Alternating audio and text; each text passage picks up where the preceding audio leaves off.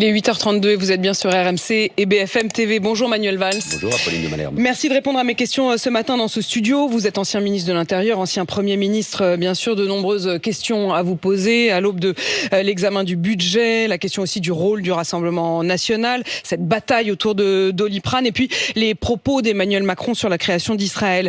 Mais je voudrais qu'on commence avec la façon dont Bruno Retailleau veut revoir les lois immigration et notamment votre circulaire, la circulaire Valls. On pensait honnêtement que Manuel Valls, vous faisiez partie des anciens premiers ministres ou ministres de l'Intérieur, peut-être les plus fermes sur ces questions-là. Quand on écoute Bruno Retailleau, au contraire, vous seriez un des plus laxistes, ou en tout cas, votre circulaire aurait fait rentrer beaucoup plus de monde qu'il ne le souhaite. Moi, j'essaie d'analyser, de comprendre les déclarations de Bruno Retailleau. J'imagine, et de ce point de vue-là, je le soutiens, il cherche à répondre à une attente très forte des Français.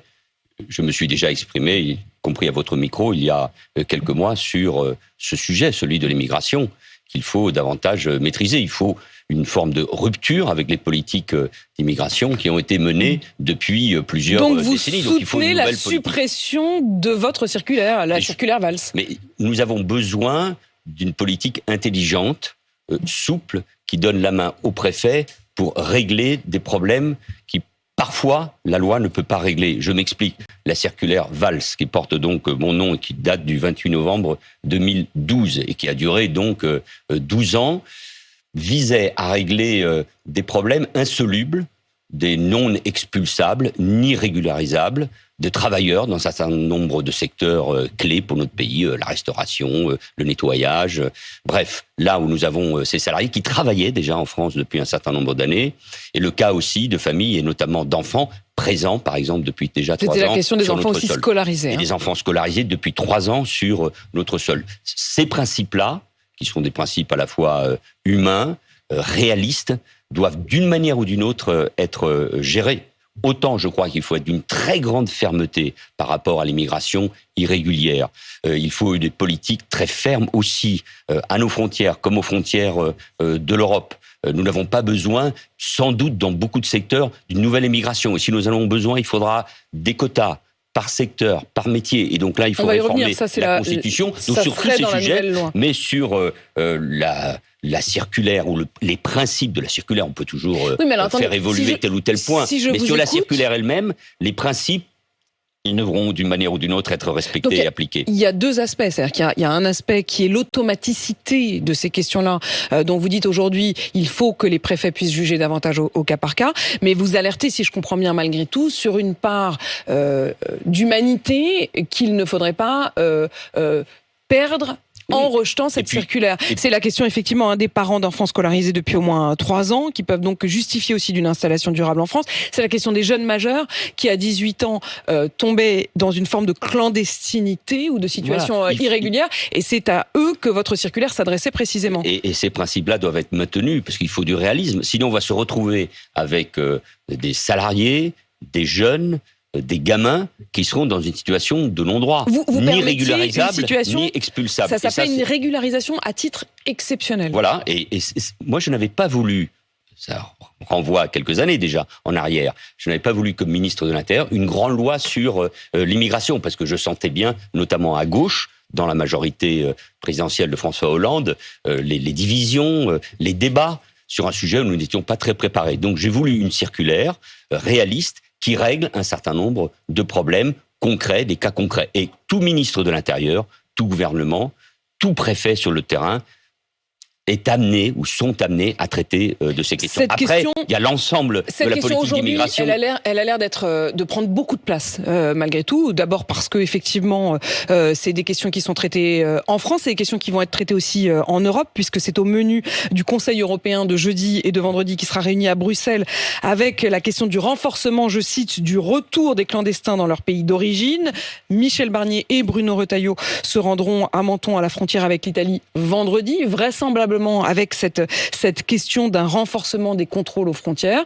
Lorsque vous regardez ce que fait l'Allemagne, ce que fait le Danemark, ce que font aussi nos voisins britanniques sur le renforcement des contrôles aux frontières, est-ce que vous estimez que la France devrait peut-être aussi aller dans ce sens-là, dans ce que fait l'Allemagne, dans ce que fait le Danemark ? Oui, bien évidemment. Le débat sur la circulaire, c'est un point, mais qui n'est pas essentiel. Il est important, il est un peu symbolique. Mais d'une certaine manière, ce qui était essentiel, c'est ce que vous venez de dire. C'est-à-dire, quelle politique d'immigration pour la France et pour l'Europe. Et les deux sont essentiels, il faut les combiner ensemble. Puisqu'il faut à la fois protéger nos frontières nationales et surtout les frontières de l'Union européenne. Il y a un mouvement aujourd'hui en Europe. Vous avez cité des pays dirigés par des sociodémocrates. Oui, ce sont des pays qui sont dirigés par la gauche. La Grande-Bretagne, le Danemark depuis déjà un certain nombre d'années, plus récemment l'Allemagne, l'Italie aussi, dirigée par Madame Meloni, de la droite populiste. Mais donc vous voyez bien qu'il y a nécessité d'un changement. Je vais vous prendre un exemple. Il y a aujourd'hui un nouveau Lampedusa en Europe. Ce sont les Canaries, avec des milliers de migrants qui traversent l'Atlantique, des côtes marocaines ou mauritaniennes ou sénégalaises, vers les Canaries. Plusieurs dizaines de milliers ces derniers mois sont arrivés aux Canaries. Ces personnes-là sont ensuite amenées sur la péninsule ibérique, en Espagne. Et beaucoup d'entre eux, ensuite, remontent vers le nord. Beaucoup sont francophones. Donc on voit bien que c'est un problème espagnol ou c'est un problème européen ? C'est un problème espagnol, c'est un problème européen. Et tant que l'Europe n'a pas aussi un projet, une vision sur le continent de demain, qu'est l'Afrique, qui va doubler sa population, un pays comme le Nigeria va passer à 400 millions d'habitants d'ici 2050, donc pratiquement plus que la totalité de la population de l'Union européenne, nous voyons bien que là, il faut des mesures à la fois nationales et européennes. Mais ça veut dire quoi ? Ça veut dire des aides au développement supérieur ? Des aides au développement, des conditions aussi posées à cette aide au développement, des accords avec ces pays. L'Italie a passé un certain nombre d'accords, notamment avec la Libye et la Tunisie, ou pour accueillir aussi des réfugiés ou des migrants clandestins avec l'Albanie. Donc il faut le moins d'idéologie possible, il faut beaucoup de réalisme, il faut répondre à cette question essentielle. Avons-nous besoin davantage d'immigration dans notre pays ? Aujourd'hui, je ne le pense pas. Quelle est la priorité ? C'est l'intégration et l'assimilation de ceux qui sont sur notre sol. Faut-il être plus ferme sur nos frontières intérieures et extérieures ? Oui. Donc sur ces politiques-là, ce que je demande déjà depuis un an, notamment au moment du débat sur l'immigration, la dernière loi immigration qui ne date que de janvier 2024, c'est qu'on soit capable de créer les conditions d'une union nationale, qu'on ne réponde pas seulement à la demande du Rassemblement national, mais que Bruno Retailleau soit capable de bâtir intelligemment, avec le Sénat et l'Assemblée nationale, et avec tous les groupes, une politique tous les groupes ? Vous pensez ? Le maximum de groupes. Parce que pour l'instant, c'est en effet surtout, on voit bien, vis-à-vis du RN. Oui, mais il risque peut-être de ne pas avoir de majorité. Alors, donc, ça veut bien dire que sur la base de ce qui se fait en Europe, sur le pacte migration qui a été adopté il y a quelques mois, les uns et les autres, sans démagogie, au nom de l'intérêt général, soient capables de converger sur ce sujet-là qui nous oblige à un changement massif, radical en matière de politique d'immigration d'un côté, mais aussi d'assimilation et d'intégration de notre pays. Pour moi, c'est la priorité. Manuel Valls, vous avez évoqué le cas de l'Italie. Il y a eu cet accord passé avec l'Albanie. Ce matin, le premier migrant qui souhaite se rendre en Italie est arrivé en Albanie, puisque c'est cette logique du pays tiers, comme le dit l'Italie, faire traiter les dossiers non plus sur le sol italien, mais en amont. En Albanie. Est-ce que c'est pour vous un modèle dont la France pourrait s'inspirer ? Il faut regarder l'ensemble des possibilités qui existent. Je crois qu'il ne faut pas de tabou. Et nous-mêmes, nous avons d'ailleurs des relations évidemment privilégiées avec les pays francophones, avec les pays de l'ancien empire colonial, avec les pays d'Afrique de l'Ouest comme avec les pays du Maghreb. Mais par exemple, je crois qu'il faut, comme l'avait proposé Édouard Philippe il y a déjà quelques mois, j'ai déjà eu l'occasion de m'exprimer là-dessus, remettre en cause un certain nombre d'accords, dont celui de 1968 avec l'Algérie. Donc il faut une politique d'ensemble. Ce que je demande pitié, c'est qu'on n'amuse pas la galerie, c'est qu'on ne se focalise pas sur tel ou tel point, mais qu'on soit capable de bâtir une politique d'ensemble qui soit intelligente, comprise par les Français, et surtout, je pense notamment aux reconduites à la frontière, efficace. Parce qu'au fond, c'est ça ce que nous demandent nos compatriotes, c'est de l'efficacité. Sur la question de l'efficacité, le nouveau ministre de l'Intérieur évoque aussi la nécessité d'une nouvelle loi immigration, quelques mois seulement après la précédente, comme vous le dites, avec notamment un objectif, permettre d'augmenter la durée de détention en centre de rétention administratif. Y êtes-vous favorable ? Cela ne me pose pas de problème, cela existe déjà dans d'autres pays. Je précise les chiffres, en effet.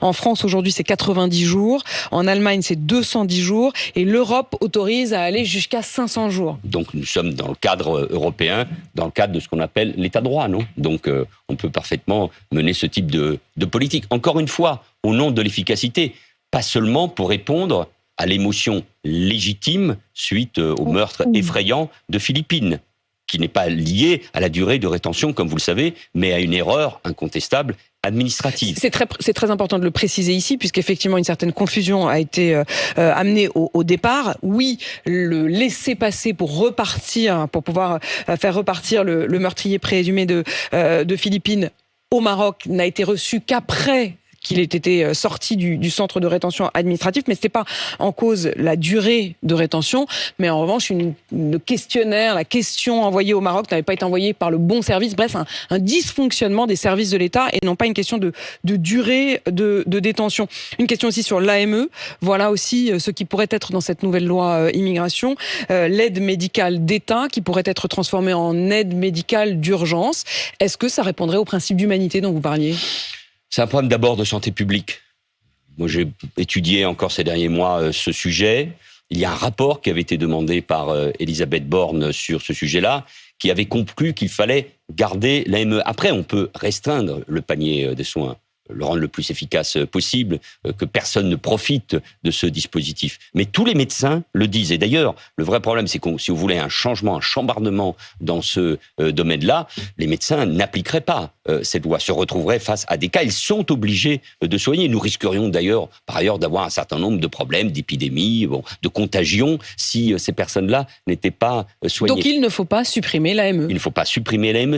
Je crois que l'idéologie dans ce domaine-là est dangereuse. L'efficacité est la seule voie possible. Parce que j'ai été ministre de l'Intérieur et Premier ministre, parce que j'ai été maire d'Évry pendant des années, parce que j'ai vu aussi les dégâts d'une immigration illégale, d'une immigration non contrôlée, une forme d'échec aussi de notre modèle d'assimilation et d'intégration. J'attends et j'espère beaucoup de responsabilités de la part de tous les acteurs politiques sur ce sujet comme sur d'autres, nous y reviendrons, parce que au fond, il en va d'une certaine idée de ce qu'est la cohésion de notre pays, de nos débats publics, de nos querelles permanentes. Si sur ce sujet-là, je ne suis pas naïf, nous pouvions créer les conditions d'une unité nationale pour qu'enfin on puisse non seulement légiférer, mais faire évoluer notre Constitution, car beaucoup de ces sujets que nous avons traités nécessitent des évolutions constitutionnelles, eh bien alors, chacun aura fait preuve, je crois, d'une certaine hauteur de vue. En 2015, vous aviez prononcé ce mot, apartheid.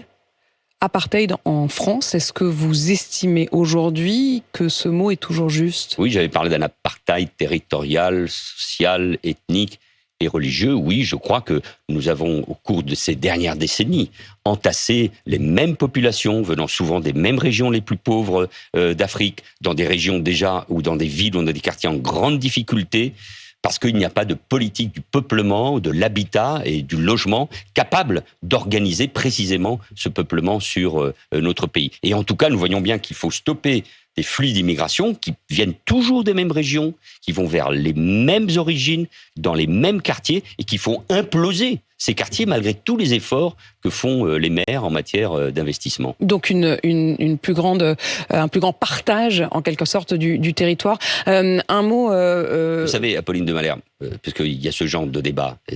Moi, je pense que l'immigration est une chance pour notre pays. Vous diriez que l'immigration est une chance. Alors évidemment, vous faites référence à la phrase de Bruno Retailleau qui dit ça n'est plus une chance pour notre pays. Pour moi, ce pays a été une chance. Je suis né à Barcelone, j'ai été naturalisé français en 1982 et ce pays m'a tout donné.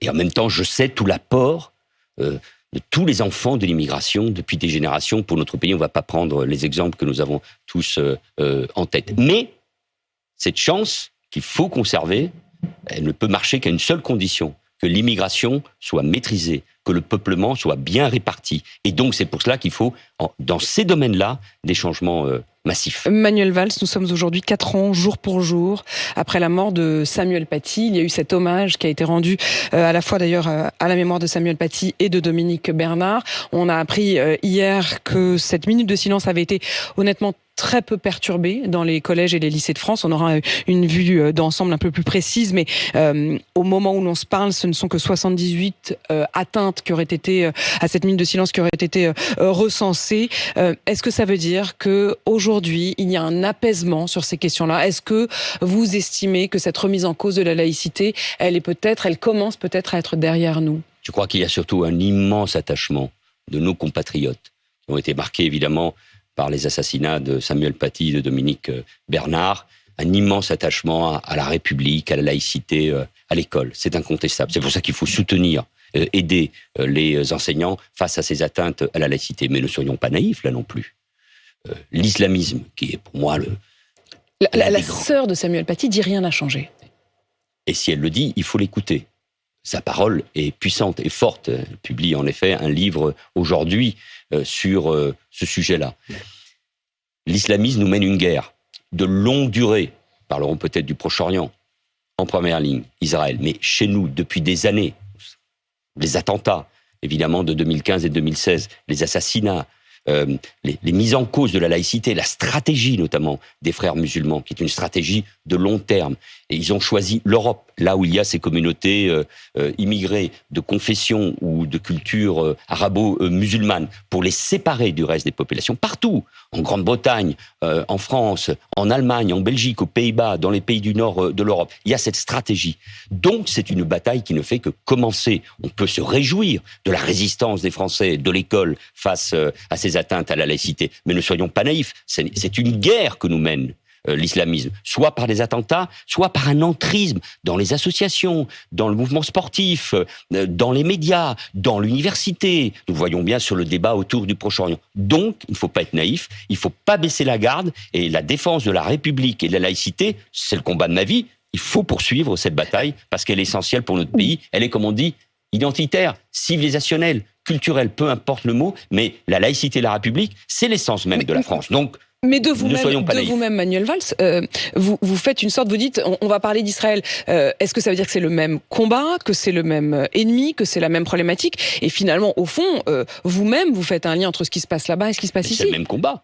Mais évidemment que c'est le même combat. Si Israël tombe, Israël qui est en première ligne face à l'islamisme, dans sa version la plus effrayante, nous avons évidemment tous en tête la mémoire, les attentats, les attaques du 7 octobre 2024. Beaucoup de Français, en voyant ce qui s'est passé là-bas, ont comparé ce qui s'est passé, par exemple, dans cette fête dans le désert du Negev, au Bataclan, le festival, aux terrasses de Paris. Donc oui, c'est l'islamisme du Hamas, du Hezbollah. Derrière le Hamas, il y a les frères musulmans. Derrière le Hezbollah, il y a l'Iran. Oui, Israël est en première ligne. Donc si Israël tombe, nous tombons. Et nous devons soutenir de ce point de vue-là un pays allié, un pays ami, un pays démocratique qui porte les mêmes valeurs que nous. Vous avez en tête, j'imagine bien sûr, les propos qui ont été rapportés d'Emmanuel Macron lors du Conseil des ministres d'hier, rapportés par un certain nombre de participants, qui n'ont d'ailleurs pas été démentis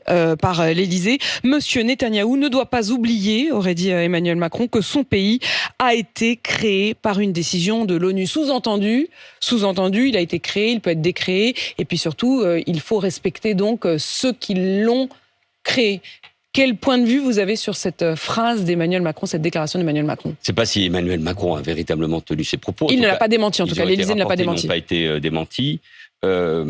Emmanuel Macron, en tout cas, depuis le 7 octobre dernier, commet des erreurs, des fautes politiques, historiques, stratégiques, qui non seulement éthiques, qui non seulement l'affaiblissent, mais qui affaiblissent la parole de la France dans le monde et dans cette région. C'est comme s'il avait donné, à travers cette déclaration que vous avez rappelé, un bail temporaire à Israël, sous réserve de bonne conduite, oubliant les conditions même de la création d'Israël, de l'histoire du sionisme, les conséquences évidemment de la Shoah pendant la Deuxième Guerre mondiale. Il ne comprend rien à ce qu'est Israël et à ce qu'est la sensibilité, notamment depuis un an, du monde juif, mais aussi de nos compatriotes. Il pétrit de contradictions en permanence. Je ne l'ai jamais dit avec autant de colère et de force, mais je pense que le moment est venu, surtout après ces déclarations. Il y a un an, il appelait à une coalition internationale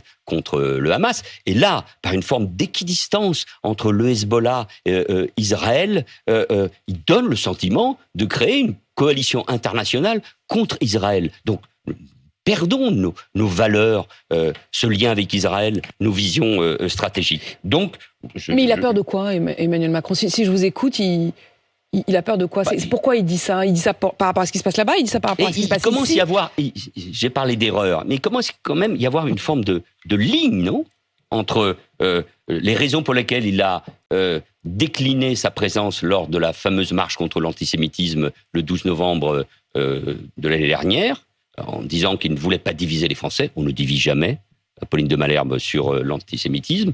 Ses réactions déséquilibrées sur le Liban, ou ses dernières déclarations sur l'arrêt de vente d'armes, même si la France ne vend pas d'armes à Israël, sur l'arrêt de vente d'armes, comme s'il s'agissait aujourd'hui, alors qu'Israël est engagé sur plusieurs fronts, que demain l'Iran peut avoir la bombe atomique, comme si aujourd'hui il s'agissait de désarmer un allié. Non, là, ça ne va pas du tout. Donc, faut qu'il arrête, faut qu'il rectifie. Il nous représente, c'est le chef de l'État sur un sujet majeur, nous venons de le rappeler. Manuel Valls, ancien Premier ministre, ancien ministre de l'Intérieur, merci à vous. Et je précise, pour que les choses soient complètes, que certes, les propos d'Emmanuel Macron n'ont pas été démentis, mais que le ministre des Affaires étrangères, M. Barrot, a précisé que ces propos s'inscrivaient, je cite, dans un propos général sur la façon dont Israël et les autres pays devaient respecter, dit-il, la charte des Nations Unies. Merci Manuel Valls. Il est 8h53 et vous êtes bien sur RMC et BFM TV.